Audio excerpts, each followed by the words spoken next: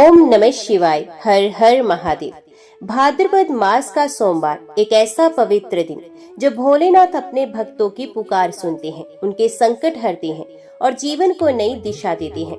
सावन के बाद जब भादो मास आता है तो शिव की उपासना का यह स्वरूप और भी फलदायी माना जाता है। विशेषकर सोमवार का व्रत जब श्रद्धा से किया जाए तो मनोकामनाएं पूर्ण होती हैं, विवाह में आ रही बाधाएं दूर होती हैं और संतान, स्वास्थ्य, धन संपत्ति की प्राप्ति होती है। आज की कथा एक ऐसी स्त्री की है जो कठिन परिस्थितियों में भी भगवान शिव पर विश्वास नहीं छोड़ती और अंत में पाती है महादेव की ऐसी कृपा जिससे उसका जीवन ही नहीं, उसका कुल भी धन्य हो जाता है। ये केवल एक कथा नहीं, ये आस्था, धैर्य और भगवान शिव की अनंत कृपा का जीवंत प्रमाण है। तो आइए भक्ति भाव से भरकर श्रवण करें भाद्रपद सोमवार व्रत की पावन कथा और अनुभव करें महादेव की महिमा। वीडियो को अंत तक अवश्य सुनें और यदि आपको ये कथा उपयोगी लगे तो कृपया इसे लाइक करें, शेयर करें और हमारे चैनल को सब्सक्राइब करना ना भूलें। भोलेनाथ की कृपा से आपका जीवन हो सुख में, शांत और सिद्धियों से परिपूर्ण। ओम नमः शिवाय। हर हर महादेव। भाद्रपद मास का पहला सोमवार था। गांव शिवपुर में सुबह सुबह मंदिर की घंटियों की आवाज गूंज रही थी। उस मंदिर के बाहर एक स्त्री झाड़ू लगा रही थी। वे थी सावित्री। चेहरे पर थकान थी मगर आंखों में भक्ति का तेज। सावित्री एक निर्धन गृहिणी थी पर शिव भक्त ऐसी कि कोई भी कष्ट उसे शिवलिंग पर जल चढ़ाने से रोक नहीं पाता। उसका पति धीरज कई महीनों से बीमार था। घर में खाने को अनाज नहीं और शाहूकार रघुनाथ ने उसके घर को नीलाम करने की धमकी दे रखी थी।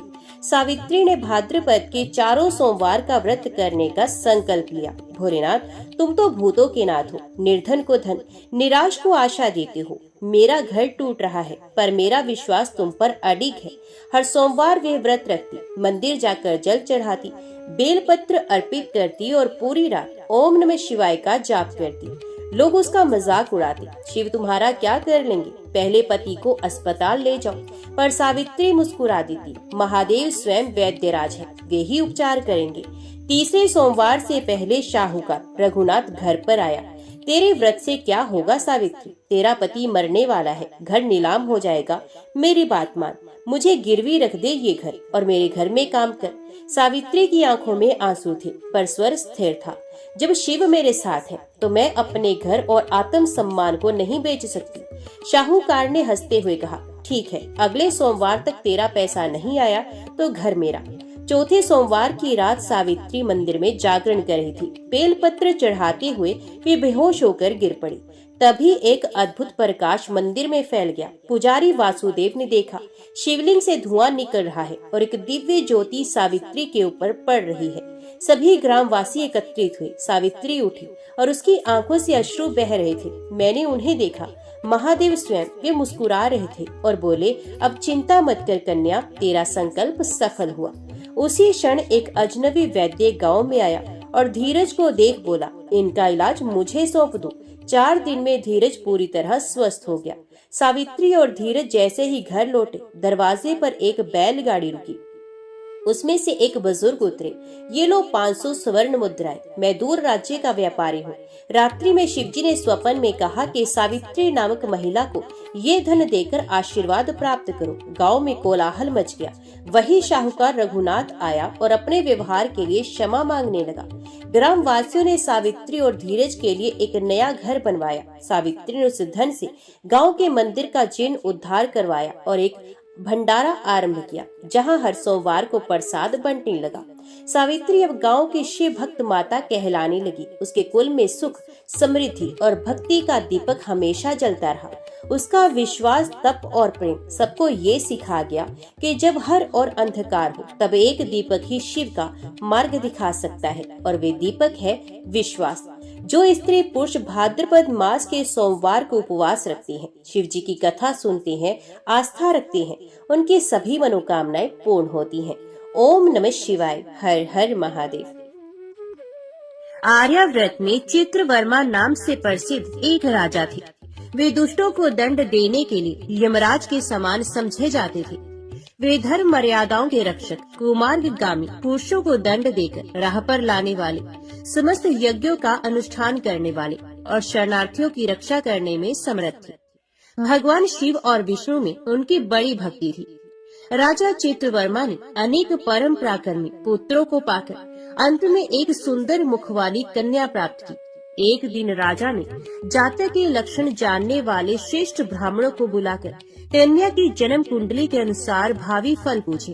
तब उन ब्राह्मणों में से एक बहुज्ञ विद्वान ने कहा, महाराज, यह आपकी कन्या सीमंतिनी नाम से प्रसिद्ध होगी। ये उमा भगवती माता की भांति मंगलमयी, दमयंती की भांति परम सुंदरी, सरस्वती के समान सब कलाओं को जानने वाली तथा लक्ष्मी की भांति अत्यंत सद्गुणों से सुशोभित होगी। ये 10,000 वर्षों तक अपने स्वामी के साथ आनंद भोगेगी और 8 पुत्रों को जन्म देकर उत्तम सुख का उपभोग करेगी। तत्पश्चात एक दूसरे ब्राह्मण ने कहा, यह कन्या 14वें वर्ष में विधवा हो जाएगी। ये वज्रघात के समान दारुण वचन सुनकर राजा 2 घड़ी तक चिंता में डूबे रहे। तदनंतर सब ब्राह्मणों को विदा करके राजा ने सब कुछ भाग्य के अनुसार ही होता है ऐसा समझकर चिंता छोड़ दी। सीमंतिनी धीरे धीरे सयानी हुई। अपनी सखी के मुख से भावी वैधव्य की बात सुनकर उसे बड़ा खेद हुआ। तो उसने चिंता मगन होकर याज्ञवल्क्य मुनि की पत्नी मैत्रेयी जी से पूछा, माताजी, मैं आपके चरणों की शरण में आई हूँ। मुझे सौभाग्य बढ़ाने वाले सत्कर्म का उपदेश दीजिए। इस प्रकार शरण में आई हुई राजकन्या से पतिव्रता मैत्रेयी ने कहा, सुंदरी, तो शिव सहित पार्वती जी की शरण में जा और सोमवार को एकाग्रचित हो स्नान और उपवास पूर्वक स्वच्छ वस्त्र धारण करके शिव और पार्वती का पूजन कर। सोमवार के दिन शिव और पार्वती की आराधना करती है। इससे बड़ी भारी आपत्ति पड़ने पर भी तो उससे मुक्त हो जाएगी। घोर से घोर एवं भयंकर महाकलेश में पड़कर भी शिव पूजन न छोड़ना। उसके प्रभाव से महान भय से पार हो जाओगी। इस प्रकार सीमंतिनी को आश्वासन देकर पतिव्रता मैत्रेयी आश्रम को चली गई। राजकुमारी ने उनके कथन अनुसार भगवान शिव का पूजन प्रारंभ किया। निषद देश में नल की पत्नी दमयंती के घर से इंद्रसेन नामक पुत्र हुआ था। राजा इंद्रसेन के पुत्र चंद्रागत हुए। नृप श्रेष्ठ चित्रवर्मा ने राजकुमार चंद्रागत को बुलाकर गुरुजनों की आज्ञा से उन्हीं के साथ अपनी पुत्री सीमंतिनी का विवाह कर दिया। उस विवाह में बड़ा उत्सव हुआ था। विवाह के पश्चात चंद्रागत कुछ काल तक ससुराल में ही रहे। एक दिन राजकुमार यमुना के पार जाने के लिए कुछ मित्रों के साथ नाव पर सवार हुए। भाग्यवश नाव यमुना के भंवर में मल्लाहों सहित डूब गई। यमुना के दोनों तटों पर बड़ा भारी हाहाकार मच गया। इस दुर्घटना को देखने वाले समस्त सैनिकों के विलाप से सारा आकाश मंडल गूंज उठा। डूबने वालों में से कुछ तो मर गए और कुछ ग्राहों के पेट में चले गए तथा राजकुमार आदि कुछ लोग उस महाजाल में अदृश्य हो गए। ये समाचार सुनकर राजा चित्रवर्मा बड़े व्याकुल हुए और यमुना के किनारे आकर मूर्छित होकर गिर पड़े। सीमंतिनी ने भी जब ये समाचार सुना तब वह अचेत होकर धरती पर गिर पड़ी। राजा इंद्रसेन भी अपने पुत्र के डूबने का समाचार पाकर रानियों सहित बहुत दुखी हुए और शुद्ध बुद्ध खोकर गिर पड़े। तदंतर बड़े बूढ़ों के समझाने पर राजा चित्रवर्मा धीरे धीरे नगर में आए और उन्होंने अपनी पुत्री को धीरज बंधाया। राजा चित्रवर्मा ने जल में डूबे हुए अपने दामाद का औधल देह कृत्य वहाँ आए हुए उनके बंधु बांधवों से करवाया। पतिव्रता सीमंतिनी ने चिता में बैठकर पतिलोक में जाने का विचार किया, किंतु उसके पिता ने स्नेहवश उसे रोक लिया। तब वे विधवा जीवन व्यतीत करने लगी। मुनि पत्नी मैत्रेयी ने जिस शुभ सोमवार व्रत का उपदेश दिया था उसे सदाचार परायणा सीमंतिनी ने विधवा होने पर भी नहीं छोड़ा। इस प्रकार 14वें वर्ष की आयु में अत्यंत दारुण दुख पाकर वे भगवान शिव के चरणार बिंदों का चिंतन करने लगी। शिव की आराधना करते करते उसके 3 वर्ष व्यतीत हो गए। उधर पुत्र शोक से उन्मत्त हुए राजा इंद्रसेन को बलपूर्वक दबाकर उनके भाइयों ने सारा राज्य छीन लिया और उन्हें पत्नी सहित पकड़कर कारागृह में डाल दिया।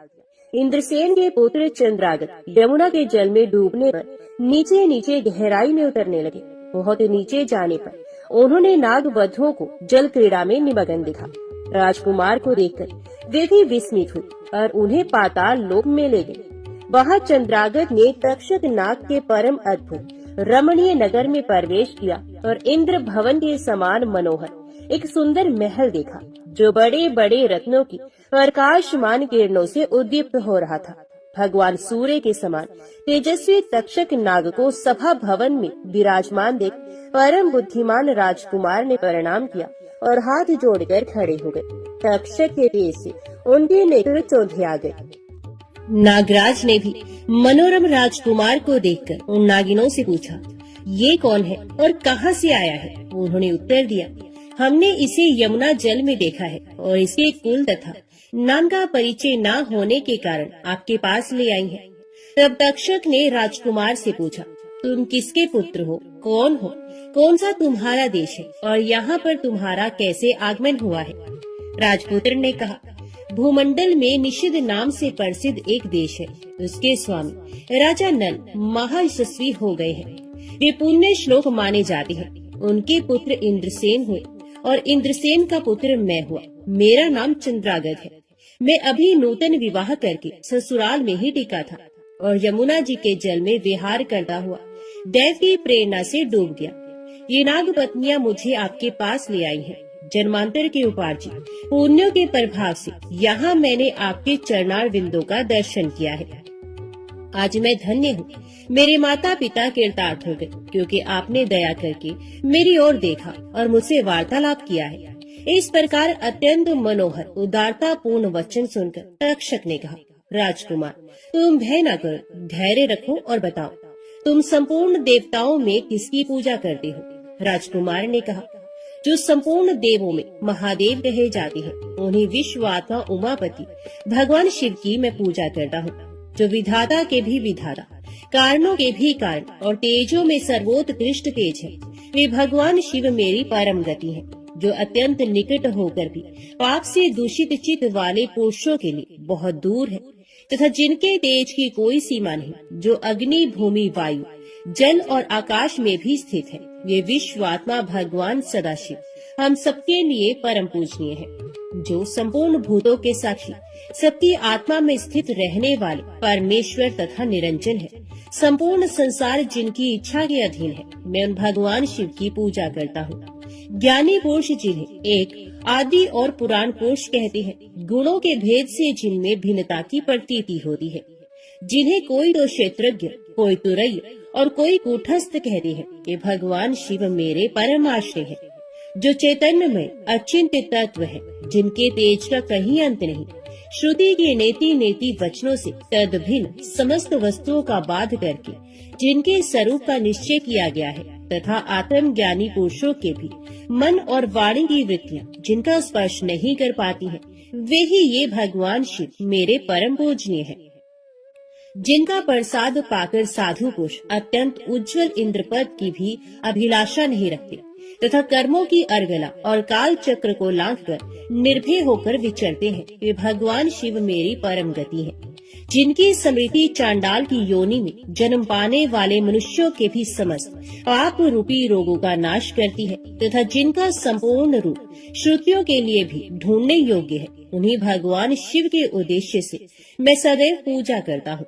देव नदी गंगा जिनके मस्तक पर स्थान पाकर सुशोभित होती है, भगवती जगदम्बिका जिनके अर्धांग में निवास करती है, तक्षक और वासुकी दोनों नागराज जिनके कानों के कुंडल हैं, वे चंद्रशेखर भगवान शिव मेरे परमाश्रय हैं। जिनके चरण कमल वेदों के शीर्ष स्थानीय उपनिषदों में गौरवान्वित होती है, वेदांत की श्रुति भी जिनके चरणार विंदों का गुणगान करती है, जिनका दिव्य स्वरूप सदा योगियों के हृदय में प्रकाशित होता है तथा जिनकी सगुण मूर्ति संपूर्ण तत्वों का प्रकाश करने वाली है, गुणमयी सृष्टि पर विजय पाने वाले वे भगवान शंकर मेरे द्वारा पूजित होते हैं। राजकुमार की ये बात सुनकर तक्षक का चित्त प्रसन्न हो गया। उनके हृदय में महादेव जी के प्रति नूतन भक्ति भाव का उदय हो गया और वे उनसे इस प्रकार बोले, राजेंद्र नंदन तुम्हारा कल्याण हो। मैं तुम पर बहुत प्रसन्न हूँ क्योंकि तुम बालक होकर भी सर्वोत्कृष्ट परात्पर शिव तत्व को जानते हो। देखो ये रत्न में लोक है, ये मनोहर नेत्रों वाली युक्तियाँ हैं, ये मनोवांछित कामना पूर्ण करने वाले कल्प वृक्ष है तथा ये अमृत रूपी जल से भरी हुई बावलियाँ हैं। यहाँ मृत्यु का दारुण भय नहीं है, बुढ़ापा और रोग से यहाँ किसी को पीड़ा नहीं होती है। तुम इच्छा अनुसार यही रहो, और यथा योग्य सुख भोगों का उपभोग करो। नागराज के ऐसा कहने पर राजकुमार हाथ जोड़कर बोले, नागराज, मैंने समय पर विवाह किया है। मेरी पत्नी उत्तम व्रत का पालन करने वाली और शिव पूजा परायणा है और मैं अपने माता पिता का इकलौता पुत्र हूँ। वे सब लोग इस समय मुझे मरा हुआ मानकर महान शोक से घिर गए होंगे, अतः मुझे किसी प्रकार भी यहाँ अधिक समय तक नहीं ठहरना चाहिए। आप कृपा करके मुझे उसी मनुष्यलोक में पुनः पहुँचा दे। नागराज तक्षक ने कहा, राजकुमार, तुम जब जब मेरी याद करोगे तब तब तुम्हारे सामने प्रकट हो जाऊंगा। ऐसा कहकर उन्होंने राजकुमार को एक सुंदर अश्व भेंट किया, जो इच्छा के अनुसार चलने वाला था। अनेक प्रकार के द्वीपों, समुद्रों और लोकों में उसकी अप्रतिहत गति थी। इसके सिवा उन्हें रत्न में आभूषण, दिव्य वस्त्र एवं दिव्य अलंकार भेंट किए। उनकी सहायता के लिए सारी व्यवस्था करने के पश्चात रक्षक ने जाओ कहकर प्रेम पूर्वक उन्हें विदा किया। चंद्रांगद उस घोड़े पर सवार हो निकले और थोड़ी ही देर में यमुना के जल से बाहर आकर उस दिव्य अश्व पर चढ़े हुए नदी के रमणीय तट पर घूमने लगे। इसी समय पतिव्रता सीमंतनी अपनी सखियों से घिरी हुई वहाँ स्नान करने के लिए आई। उसने यमुना के तट पर मनुष्य रूप धारी नाग कुमार के साथ भ्रमण करते हुए राजकुमार चंद्रांगद को देखा। दिव्य अश्व पर आरूढ़ हुए अपूर्व आकार वाले उन राजकुमार को देखकर वे उन्हीं की ओर दृष्टि लगाए खड़ी हो गई। उसे देखकर चंद्रांगद ने भी मन ही मन विचार किया, जान पड़ता है इसे मैंने पहले कभी देखा है। तत्पश्चात वे घोड़े से उतरकर नदी के किनारे आ बैठे और उस सुंदरी को बुलाकर समीप बैठाकर पूछा, तुम कौन हो, किसकी स्त्री और किसकी कन्या हो? सीमंतनी लज्जावश स्वयं कुछ बोल न सकी। तब उसकी सखी ने सब बातें बताई। इसका नाम सीमंतनी है। ये निषद राज इंद्रसेन की पुत्रवधू, युवराज चंद्रांगद की पत्नी और महाराज चित्रवर्मा की पुत्री है। दुर्भाग्यवश इसके पति इस महाजल में डूब गए। इससे वैधव्य का दुख प्राप्त करके यह बाला शोक से सूखती जा रही है।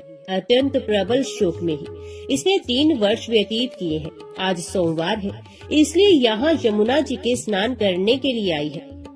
इसके ससुर का राज्य भी शत्रु ने छीन लिया है, बल पूर्वक उस पर अधिकार जमा लिया है और वे महाराज अपनी पत्नी के साथ उनकी कैद में पड़े हैं। ये सब होने पर भी ये निर्मल अंतकरण वाली सदाचार परायणा राजकुमारी प्रति सोमवार को अत्यंत भक्ति भाव के साथ पार्वती सहित महादेव जी की पूजा करती है। उत्तम व्रत का पालन करने वाली सीमंतनी ने अपनी सखी के मुख से सब बातें कहलवाकर स्वयं ही राजकुमार से पूछा, आप कौन हैं? आपके पार्श्ववर्ती ये दोनों पुरुष कौन हैं? आपने मेरे वृत्तांत को एक स्नेही की भांति क्यों पूछा है? महाबाहो, मुझे ऐसा जान पड़ता है कि पहले मैंने आपको कहीं देखा है। आप मुझे स्वजन की भांति प्रतीत होते हैं। इतना कहकर राजकुमारी सीमंतनी नेत्रों से आंसू की धारा बहाती हुई बहुत देर तक फूट फूट कर रोती रही और मूर्छित होकर पृथ्वी पर गिर पड़ी। अपनी प्रियतमा के शोक का कारण सुनकर चंद्रांगद भी शोक से व्याकुल हो 2 घड़ी तक चुपचाप बैठे रहे। तदंतर सीमंतनी उठकर राजकुमार की ओर बारंबार निहारने लगी। उसने पहले देखे हुए अंग चिन्हों, स्वर आदि लक्षणों, अवस्था के प्रमाण तथा रूप रंग आदि की परीक्षा करके ये निश्चय किया कि ये अवश्य ही मेरे पति है, क्योंकि मेरा हृदय प्रेम से अधीर होकर इन्हीं में अनुरक्त हुआ है। परंतु क्या मुझ अभागिनी को अपने मरे हुए पति का दर्शन हो सकता है? ये स्वप्न है या भ्रम? अथवा मुनि पत्नी मैत्रेयी ने जो मुझे ये कहा था कि तुम भारी से भारी विपत्ति में पड़ने पर भी इस व्रत का पालन करती रहना, उसी का तो ये फल नहीं है। एक श्रेष्ठ ब्राह्मण ने मेरा 10,000 वर्षों का सौभाग्य बतलाया था। उन ब्राह्मण देवता का ये वचन अवश्य सत्य होगा, ये ईश्वर के बिना कौन जान सकता है। इधर प्रतिदिन मुझे मंगल सूचक शुभ शगुन दिखाई देते हैं। पार्वती देवी के प्राणनाथ भगवान शिव के प्रसन्न होने पर देहधारियों के लिए कौन सी वस्तु दुर्लभ हो सकती है? इस प्रकार भांति भांति से विचार करके उसका संदेह दूर हुआ। तब लज्जा से उसने अपना मुख नीचे की ओर कर लिया। उस समय राजकुमार ने कहा, भद्रे, मैं तुम्हारे पति के शोक संतप्त और माता पिता से ये समाचार बतलाने के लिए जा रहा हूँ। तुम्हारा कल्याण हो, तुम्हारे पति तुमसे शीघ्र ही मिलेंगे। यो कहकर राजकुमार घोड़े पर सवार हो और अपने दोनों सहायकों के साथ शीघ्र ही अपने राज्य में पहुँचे। वहाँ नागोद्यान के समीप स्थित होकर उन्होंने नागराज के पुत्र को राज सिंहासन पर अधिकार जमाए बैठे हुए बंधुओं के समीप भेजा। नागकुमार ने शीघ्र जाकर उन सब से कहा, तुम सब लोग महाराज इंद्रसेन को अविलंब कारागृह से मुक्त करो और सिंहासन छोड़कर हट जाओ। महाराज के पुत्र चंद्रागत पाताल लोक से लौटकर यहाँ आए हैं। तुम आनाकानी ना करो, नहीं तो चंद्रागत के बाण तुम्हारे प्राण हर लेंगे। वे यमुना जी के जल में डूबकर नागराज तक्षक के घर जा पहुँचे थे। वहाँ से उनकी सहायता पाकर पुण्य इस लोक में लौटे हैं। नागकुमार की कही हुई ये सारी बातें सुनकर शत्रुओं ने भी बहुत अच्छा कहकर उनकी आज्ञा स्वीकार की और महाराज इंद्रसेन को उनके खोए हुए पुत्र के पुनः लौट आने का समाचार बताकर उनका सिंहासन उन्हें लौटा दिया। महाराज को प्रसन्न करके भी वे लोग भयभीत बने रहे। मेरा पुत्र आ रहा है, ये बात सुनकर राजा प्रेम के आंसू बहाते हुए आनंद में डूब गए।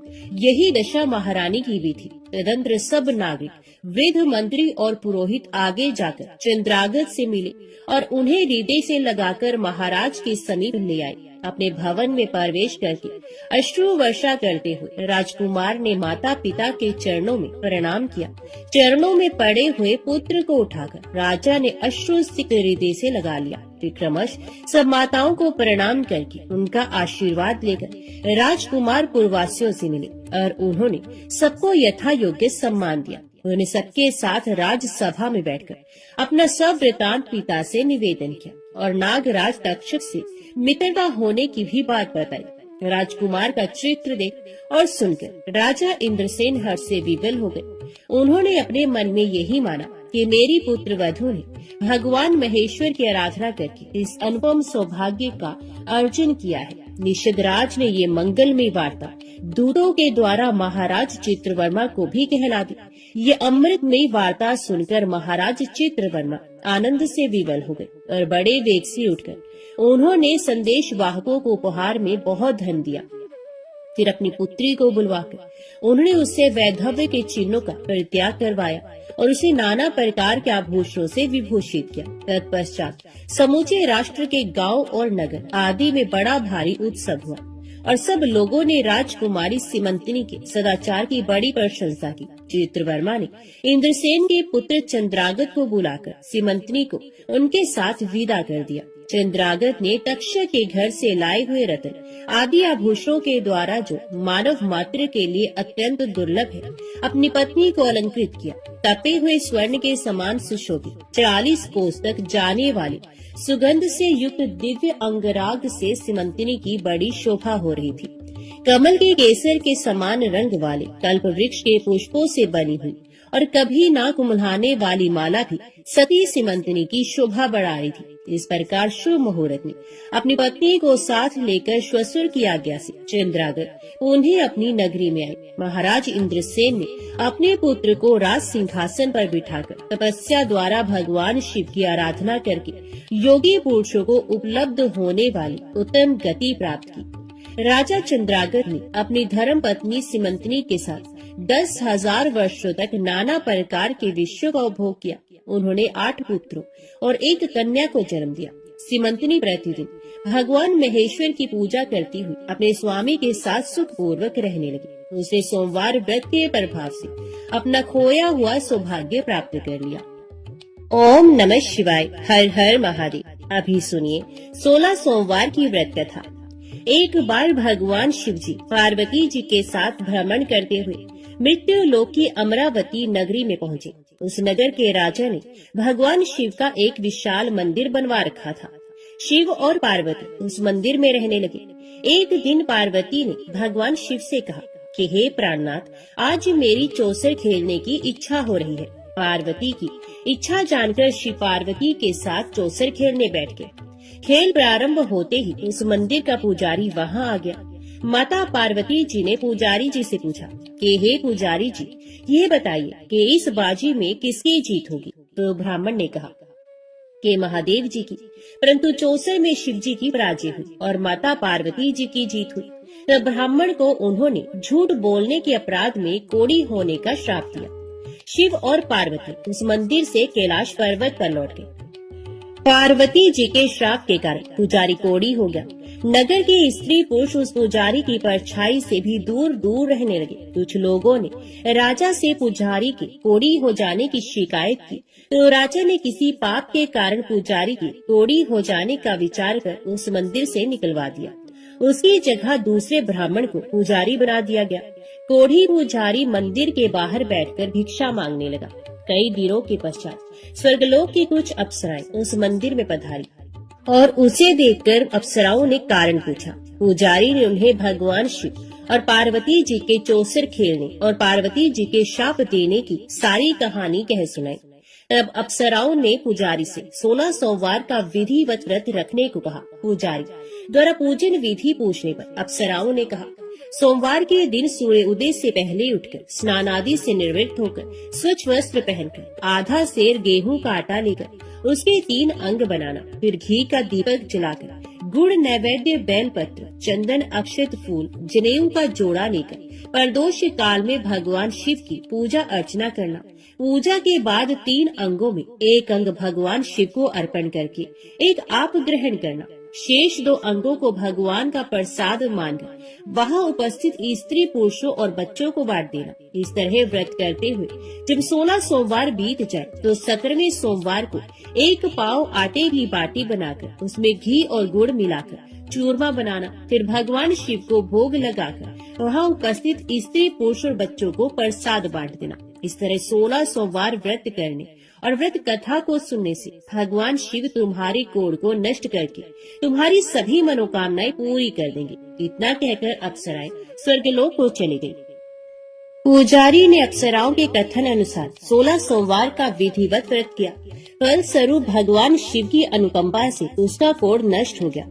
राजा ने उसे फिर मंदिर का पुजारी बना दिया और वह मंदिर में भगवान शिव की पूजा करता आनंद से जीवन व्यतीत करने लगा। कुछ दिनों के बाद उन्हें पृथ्वी का भ्रमण करते हुए भगवान शिव और पार्वती उस मंदिर में पधारे। स्वस्थ पुजारी को देखकर पार्वती ने आश्चर्य से उसके रोग मुक्त होने का कारण पूछा, तो पुजारी ने उन्हें 16 सोमवार व्रत करने की सारी कथा कह सुनाई। पार्वती जी भी व्रत की बात सुनकर बहुत प्रसन्न हुई और उन्होंने पुजारी से उसकी विधि पूछकर स्वयं 16 सोमवार का व्रत प्रारंभ किया। पार्वती जी उन दिनों अपने पुत्र कार्तिकेय के नाराज होकर दूर चले जाने से बहुत चिंतित रहती थी। वे कार्तिकेय को लौटा लाने के अनेक उपाय कर चुकी थी, लेकिन कार्तिकेय लौटकर उनके पास नहीं आ रहे थे। 16 सोमवार का व्रत करते हुए पार्वती ने भगवान शिव से कार्तिकेय के लौटने की मनोकामना की। व्रत समापन के तीसरे दिन सचमुच कार्तिकेय वापस लौट आए। कार्तिकेय ने अपने हृदय परिवर्तन के संबंध में पार्वती जी से पूछा, हे माता, आपने ऐसा कौन सा उपाय किया था जिससे मेरा क्रोध नष्ट हो गया और मैं वापस लौट आया? तब पार्वती जी ने कार्तिकेय को 16 सोमवार के व्रत की कथा कह सुनाई। कार्तिकेय अपने एक ब्राह्मण मित्र ब्रह्मदत्त के परदेश चले जाने से बहुत दुखी थे। उसको वापस लौटाने के लिए कार्तिकेय ने 16 सोमवार का व्रत करते हुए ब्रह्मदत्त के वापस लौट आने की कामना प्रकट की। व्रत के समापन के कुछ दिनों के बाद मित्र लौट आया। ब्राह्मण ने कार्तिकेय से कहा, प्रिय मित्र, तुमने ऐसा कौन सा उपाय किया जिससे परदेश में मेरे विचार एकदम परिवर्तित हो गए और मैं तुम्हारा स्मरण करते हुए लौट आया? कार्तिकेय ने अपने मित्र को भी 16 सोमवार के व्रत की कथा विधि सुनाई। ब्राह्मण मित्र व्रत के बारे में सुनकर बहुत खुश हुआ और उसने भी व्रत किया। 16 सोमवार व्रत का समापन करने के बाद ब्रह्मदत्त विदेश यात्रा पर निकला। वह नगर के राजा हर्षवर्धन की बेटी राजकुमारी गुंजन का स्वयंवर हो रहा था। वहाँ के राजा ने प्रतिज्ञा की थी कि एक हथिनी यह माला जिसके गले में डालेगी वे अपनी पुत्री का विवाह उसी से करेगा। ब्राह्मण भी उत्सुकतावश महल में चला गया। वहाँ कई राज्यों के राजकुमार बैठे थे। तभी एक सजी धजी हथिनी सूंड में जयमाला लिए वहाँ आई। हथिनी ने ब्राह्मण के गले में जयमाला डाल दी। फलस्वरूप राजकुमारी का विवाह ब्राह्मण से हो गया। एक दिन उसकी पत्नी ने पूछा, हे प्राणनाथ, आपने कौन सा शुभ कार्य किया था जो उस हथिनी ने राजकुमारों को छोड़कर आपके गले में जयमाला डाल दी? ब्राह्मण ने 16 सोमवार व्रत की विधि बताई। अपने पति से 16 सोमवार का महत्व जानकर राजकुमारी ने पुत्र की इच्छा से 16 सोमवार का व्रत किया। निश्चित समय पर भगवान शिव की अनुकंपा से राजकुमारी के एक सुंदर, सुशील व स्वस्थ पुत्र पैदा हुआ। पुत्र का नामकरण गोपाल के रूप में हुआ। बड़ा होने पर पुत्र गोपाल ने भी माँ से एक दिन प्रश्न किया कि मैंने तुम्हारे ही घर में जन्म लिया, इसका क्या कारण है। माता गुंजन ने पुत्र को 16 सोमवार व्रत की जानकारी दी। व्रत का महत्व जानकर गोपाल ने भी व्रत करने का संकल्प किया। गोपाल जब 16 वर्ष का हुआ तो उसने राज्य पाने की इच्छा से 16 सोमवार का विधिवत व्रत किया। व्रत समापन के बाद गोपाल घूमने के लिए समीप के नगर में गया। वहाँ के वृद्ध राजा ने गोपाल को पसंद किया और बहुत धूमधाम से अपनी पुत्री राजकुमारी मंगला का विवाह गोपाल के साथ कर दिया। 16 सोमवार के व्रत करने से गोपाल महल में पहुंचकर आनंद से रहने लगा। 2 वर्ष बाद वृद्ध राजा का निधन हो गया तो गोपाल को उस नगर का राजा बना दिया गया। इस तरह 16 सोमवार व्रत करने से गोपाल की राज्य पाने की इच्छा पूर्ण हुई। राजा बनने के बाद भी विधिवत 16 सोमवार का व्रत करता रहा। व्रत के समापन पर 17वें सोमवार को गोपाल ने अपनी पत्नी मंगला से कहा कि व्रत की सारी सामग्री लेकर वे समीप के शिव मंदिर में पहुँचे। पति की आज्ञा का उल्लंघन करके सेवकों द्वारा पूजा की सामग्री मंदिर में भेज दी। स्वयं मंदिर नहीं गई। जब राजा ने भगवान शिव की पूजा पूरी की तो आकाशवाणी हुई, हे राजन, तेरी रानी ने 16 सोमवार व्रत का अनादर किया है, सो रानी को महल से निकाल दे, नहीं तो तेरा सब वैभव नष्ट हो जाएगा। आकाशवाणी सुनकर उसने तुरंत महल में पहुंचकर अपने सैनिकों को आदेश दिया कि रानी को दूर किसी नगर में छोड़ा। सैनिकों ने राजा की आज्ञा का पालन करते हुए उसे तत्काल घर से निकाल दिया। रानी भूखी प्यासी उस नगर में भटकने लगी।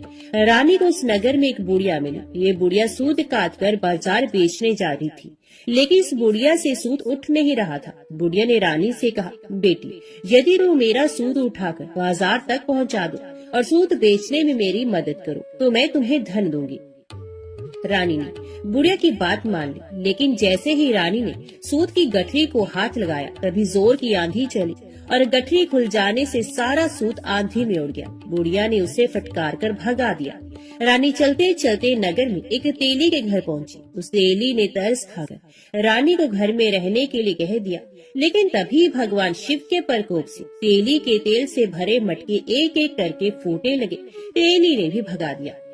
भूख प्यास से व्याकुल रानी वहाँ से आगे गई और चल पड़ी। रानी ने एक नदी पर जल पीकर अपनी प्यास शांत करनी चाही तो नदी का जल उसके स्पर्श से सूख गया। अपने भाग्य को कोसती हुई रानी आगे चल दी। चलते चलते रानी एक जंगल में पहुंची। उस जंगल में एक तालाब था, उसमें निर्मल जल भरा हुआ था।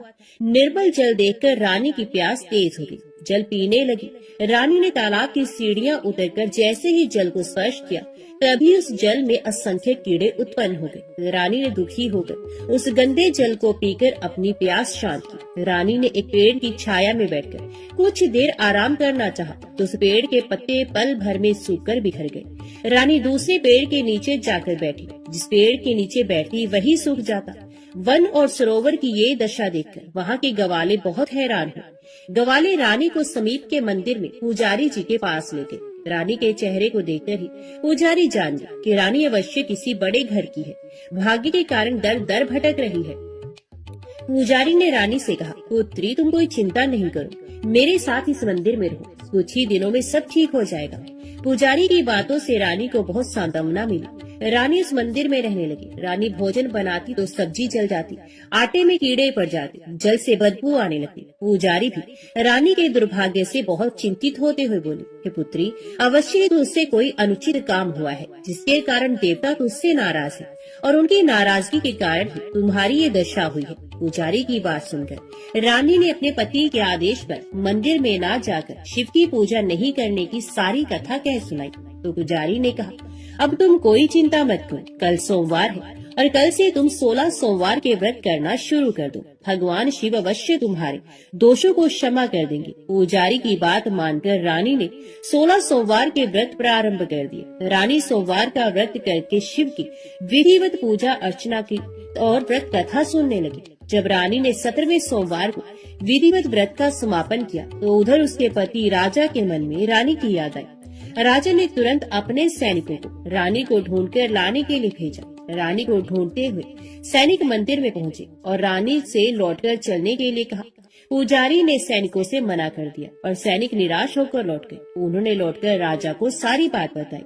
राजा स्वयं उस मंदिर में पुजारी के पास पहुंचे और रानी को महल से निकाल देने के कारण पुजारी जी से क्षमा मांगी। पुजारी जी ने राजा से कहा, ये सब भगवान शिव के प्रकोप के कारण हुआ है। इतना कहकर रानी को विदा किया। राजा के साथ रानी महल में पहुंची। महल में बहुत खुशियां मनाई गई। पूरे नगर को सजाया गया। राजा ने ब्राह्मणों को अन्न, वस्त्र और धन का दान किया।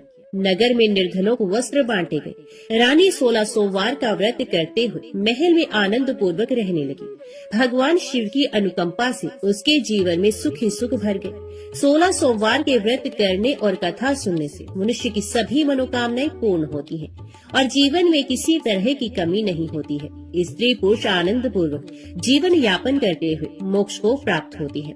ओम नमः शिवाय। हर हर महादेव। दक्षिण के किसी जंगली प्रदेश में रहने वाली एक शिकारी जाति का सरदार नाग था। उसका काम था हत्या करना। उसके बाणों की नोक में जहर लगा रहता था जो आग के समान जलता था। धनुष बाण चलाने में वे अत्यंत चतुर था। क्रोधोमद सिंह के समान वे बली था। उसकी पत्नी का नाम तत्ता था। वे भी सिंहनी के ही समान डरावनी थी। वे उजले शंखों और सिंह के दांतों की माला पहनती थी। बहुत दिनों के बाद उन्हें एक पुत्र उत्पन्न हुआ। उसका नाम तिन रखा गया। तिन का अर्थ भारी होता है। अपने लड़के को गोद में उठाने पर नाग को वे भारी लगा, इसलिए उसका नाम उसने तिन रख दिया। तिन 16 वर्ष की उम्र में ही धनुष बाण, भाला, तोमर और वीरों के योग्य दूसरे अस्त्र शस्त्र चलाने में बहुत निपुण हो गया। नाग को बुढ़ापा आता हुआ मालूम हुआ। उसने तिन को अपनी जाति का सरदार बना दिया। तिन नियम अनुसार पहल आखेट को निकला। बहुत से जानवर मारने के बाद उसने घने जंगल में एक सुअर का शिकार किया। वहीं उसके 2 नौकर नान और काट उससे आ मिले। उन्होंने सुअर को उठा लिया और बढ़ चले। रास्ते में उनको जोरों की भूख लगी। तिन ने पूछा, यह मीठा पानी कहाँ मिलेगा? तुम्हें कुछ पता है? तो नान बोला, उस विशाल शाल वृक्ष के उस पार एक पहाड़ी है और उसी के नीचे स्वर्णा नदी बहती है। तिन ने कहा, चलो तो वहीं चलते हैं। तीनों चल पड़े। वहां पहुंचने पर तिन ने पहाड़ी पर चढ़ने की इच्छा जताई। नान ने भी जोर दिया, हाँ, ये पहाड़ बहुत ही रमणीक है। शिखर पर एक मंदिर है जिसमें भगवान जटाजूटधारी की मूर्ति है। आप उनकी पूजा कर सकते हैं। पहाड़ पर चढ़ते चढ़ते तिन की भूख प्यास गायब हो गई। उसे ऐसा मालूम होने लगा मानो सर पर से कोई भार उतरा जाता हो। उसे एक प्रकार का अनिर्वचनीय आनंद मिलने लगा। उसके भीतर कोई नई ही अभिलाषा उत्पन्न हो गई। वह बोला, नान, तुम्ही ने तो कहा है कि ऊपर भगवान जटाजूटधारी का मंदिर है। चलो उनके दर्शन कराएं। वे शिखर पर चढ़कर मंदिर के सामने पहुंचे। देव प्रतिमा को देखते ही भावुक हृदय तिन ने लपक कर उसे प्रेम लिंगन में बांध लिया। उसके आनंद का पार नहीं रहा। उसकी आंखों से अजस्त्र अश्रुधारा बहने लगी। वे कहने लगा, प्यारे भगवान, क्या तुम यहाँ अकेले ही जंगल में जंगली जंतुओं के बीच में रहते हो? यहाँ तुम्हारा कोई मित्र नहीं है। भक्ति से उसका हृदय गदगद हो गया। उसकी इस समाधिस्थ अवस्था में धनुष सर्ग कर गिर गया। मूर्ति के सर पर कुछ हरे पत्ते, जंगली फूल और शीतल जल देखकर वे दुखी हो गया और कहने लगा, किस नराधम ने मेरे स्वामी के सर पर ये चीजें रखी हैं? नान ने जवाब दिया, आपके पूज्य पिता के साथ मैं यहाँ बहुत बार आया हूँ। हमने एक ब्राह्मण को ये करते देखा था। उसने देवता के सर पर ठंडा पानी डाल दिया और फूल पत्तियां रख दी। फिर वे खूब उसी तरह बड़बड़ाता रहा जैसे कि हम ढोल पीट पीट कर देवता के सामने किया करते हैं। उसने आज भी जरूर यही किया होगा। तिन को भी पूजा करने की बड़ी प्रबल इच्छा थी, किंतु ढंग नहीं मालूम होने से उसने सोचा कि मैं भी क्यों ना इसी तरह भूखे भगवान को मांस लाकर खिलाऊं। तिन मंदिर से रवाना हुआ, मगर तुरंत ही लौट आया। वे बार बार जाने की कोशिश करता था, किंतु इस नई निधि को छोड़ने की इच्छा न होने से लौट आता था। उसकी हालत उसी गाय जैसी हो गई जो अपने पहले बछड़े को नहीं छोड़ना चाहती। उसने सरलता से कहा, प्यारे मालिक, मैं जाकर तेरे लिए अपने हाथों मांस पकाकर लाऊंगा। तुझे यूं अकेला और असहाय छोड़ने को जी नहीं चाहता, किंतु तुझे भूख लग रही है और जाकर तेरे खाने के लिए कुछ लाना ही होगा। आंखों में आंसू भरे आते हैं। यो वे जंगली शिकारी मंदिर से चला। नान उसके पीछे पीछे चला। पहाड़ी के नीचे आने पर उसने दूसरे नौकर को सारी कथा कह सुनाई। ये भी कहा कि मालिक ने मूर्ति का आलिंगन किया था, उसे देर तक नहीं छोड़ा और अब देवता के लिए पका हुआ मांस ले जाने को आए हैं। नौकर रोने लगे। हमारा तो सर्वनाश हो गया, सरदार पागल हो गया। टिन ने उनके रोने की जरा भी परवाह न की। उसने पकाया, फिर उसे चखकर देखा कि ठीक ठीक पका तो है, स्वाद ठीक है, और संतोष हो जाने पर पहाड़ पर ले जाने के लिए उसे शाल के पत्ते में लपेट कर रख लिया। नौकरों ने मन ही मन कहा, पगला कर क्या रहा है? पका हुआ मांस मुंह में डालकर चखता है और इतना भूखा होने पर भी उसे बिना खाए ही पत्ते पर रख देता है। अपनी भूख प्यास की तो कोई बात ही नहीं करता। हमें भी मांस देने का नाम नहीं लेता। अपने देवता के लिए थोड़ा सा चुनकर बाकी फेंक देता है। इसका सर फर गया है, अब अच्छा नहीं हो सकता। खैर चलो, इसके बाप से ये बात कह देती है। दोनों नौकर उसे छोड़कर चले गए। टिन ने ना तो उनकी बात सुनी और ना उनका जाना ही उसे मालूम हुआ। वे तो अपने ही काम में मगन था। अभिषेक के लिए उसने अपने मुंह में ताजा पानी भर लिया, क्योंकि उसके पास कोई बर्तन नहीं था। चढ़ाने के लिए अपने बालों में उसने कुछ जंगली सुगंधित फूल खोस लिए। एक हाथ में उसने मांस लिया और दूसरे में आत्म रक्षा के लिए तीर, धनुष, और वे दोपहर की कड़कड़ाती धूप में पहाड़ पर चढ़कर जाने लगा। ये सोचकर कि देवता भूखे होंगे, वे और भी तेजी से चलने लगा। शिखर पर पहुंचने के बाद वे मंदिर में जूता पहने ही दौड़कर घुस गया। देवता के सर पर से पुराने फूल उसने बड़े स्नेह के साथ पैरों से हटाए, अभिषेक के लिए ऊपर से कुल्ला कर दिया और देवता के आगे मांस रखकर अपनी साधारण बोली में खाने का आग्रह करने लगा। अंधेरा हो गया।